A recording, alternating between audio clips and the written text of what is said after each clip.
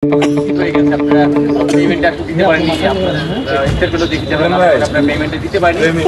ক্রিকেটাররা বয়কট করা বা ক্রিকেটাররা একটু কষ্ট পাওয়া, একটু অভিমান করা বা রাগ করা, এটা আসলে শুধু দুর্বল রাষ্ট্রের বিপিএল এর জন্য কতটুকু ইমেজ সংকটে দেখুন যে আমাদের পেমেন্ট এখন পর্যন্ত 25% হয়নি। এটা সামনের দিকে এবং গতকাল গুরুত্বপূর্ণ একটা মিটিং হয়েছে আমাদের সাথে প্রেসিডেন্টের এবং আশ্বস্ত করেছেন যে আজকের মধ্যে 25%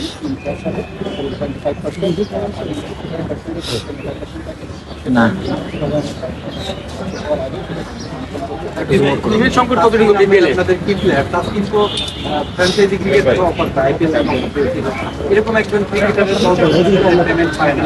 অনেকটা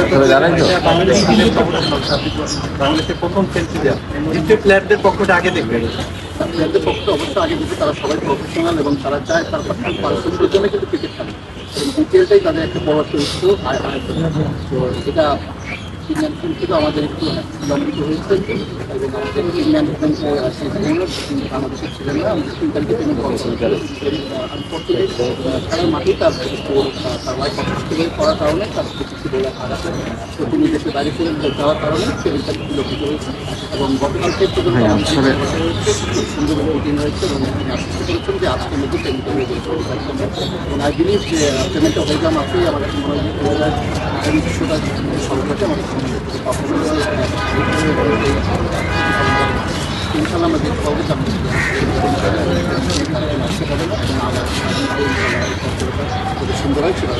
ভাই দেখলাম শুধু পেমেন্ট ইস্যু না, রাজশাহী অনেক জায়গাটাতে আসলে আপনার মনে হয় ঠিকভাবে তাল মেলাতে পারেনি। আমরা দেখুন ফিডব্যাকও নেই কোনো ক্রিকেটার, যার ফিডব্যাক শেষে নিয়ে আসছে মানে অগোছালো মনে হচ্ছে, অন্য টিমের একটা দেখতেও ভালো লাগে। আপনাদের এই জায়গাটাতে কেন এরকম হলো, কোনো সিস্টেমটা আসলে কোথায় বলা হলো?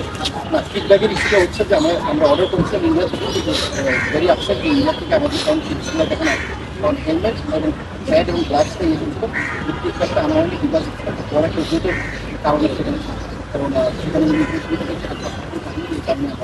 অন্যান্য টিম তো আনতে পেরেছি, অন্যান্য টিমরা হয়তো তারা প্রসিডিউশন অনেক আগে থেকে শুরু করেছে। আমরা এটাও ফিক্স করি যে আমরা অনেকটা কিলোমিটার করেছিলাম, যখন আসে আপনার বিপিএল তখন আমরা অর্ডারগুলো করে এই কারণে দিন শেষে ওই যে বিপিএল এর ইমেজ সংকট হয় এইসব কারণে। এটা তো আসলে প্রত্যেকটা ফ্র্যাঞ্চাইজিকে আরো সজাগ হওয়া উচিত, মনে আগে থেকে যেহেতু আপনারা ড্রাফট করেছেন 2-3 মাস আগে থেকে তো এই প্রসেসটা শুরু করা উচিত। অফকোর্স আমার কাছে মনে হয় আরো সুন্দর আরো সুন্দর আমাদের জন্য আমার মনে হয় আশা করি যে আমাদের হয়েছে বা অন্যান্য আমরা দেখেছি এবং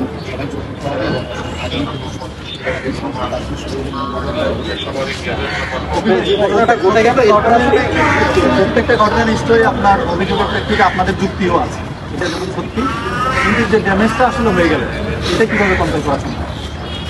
দেখুন এটা সব কিছু কিন্তু কমিটমেন্টের উপর, আর কমিটমেন্ট যদি ফেল হয়ে যায় তখন কিন্তু সেখানে কিছু করা থাকে। যেহেতু আমাদের মালিক পক্ষ টিম ওনার তিনি উপস্থিত ছিলেন না, তিনি টেকনিক্যাল কারণে যে চেক নিয়ে দেওয়া হয়েছিল আপনি সকলেই জানেন যে চেক দেওয়া মাত্রই বাহককে কিন্তু অফিস থেকে কিন্তু আপনার ব্যাংক থেকে কিন্তু কল করা হয়, সেখানে তিনি কল করলে সেগুলো খুব একটা বেশি লাভবান হচ্ছে। তো এই একটা কারণে কিন্তু আমাদের বিলম্বিত হচ্ছে, এছাড়া কোনো কারণ নেই।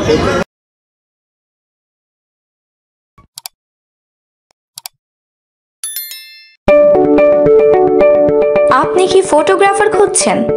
আমাদের আছে এক ঝাঁক অভিজ্ঞ ফটোগ্রাফার, সেই সাথে আমাদের আছে সরকারি ও আন্তর্জাতিক প্রতিষ্ঠানের সাথে কাজ করার এক বিশাল অভিজ্ঞতা। আমরা কর্পোরেট, মডেল, প্রোডাক্ট, ওয়েডিং, জন্মদিন সহ সকল ধরনের স্পোর্টস ফটোগ্রাফি সর্বোচ্চ কম মূল্যে করে থাকি। এছাড়াও আমাদের আছে নিজস্ব স্টুডিও, তাই আপনার ফটোগ্রাফি যে কোনো সেবা নিতে আমাদের সাথে আজই যোগাযোগ করুন।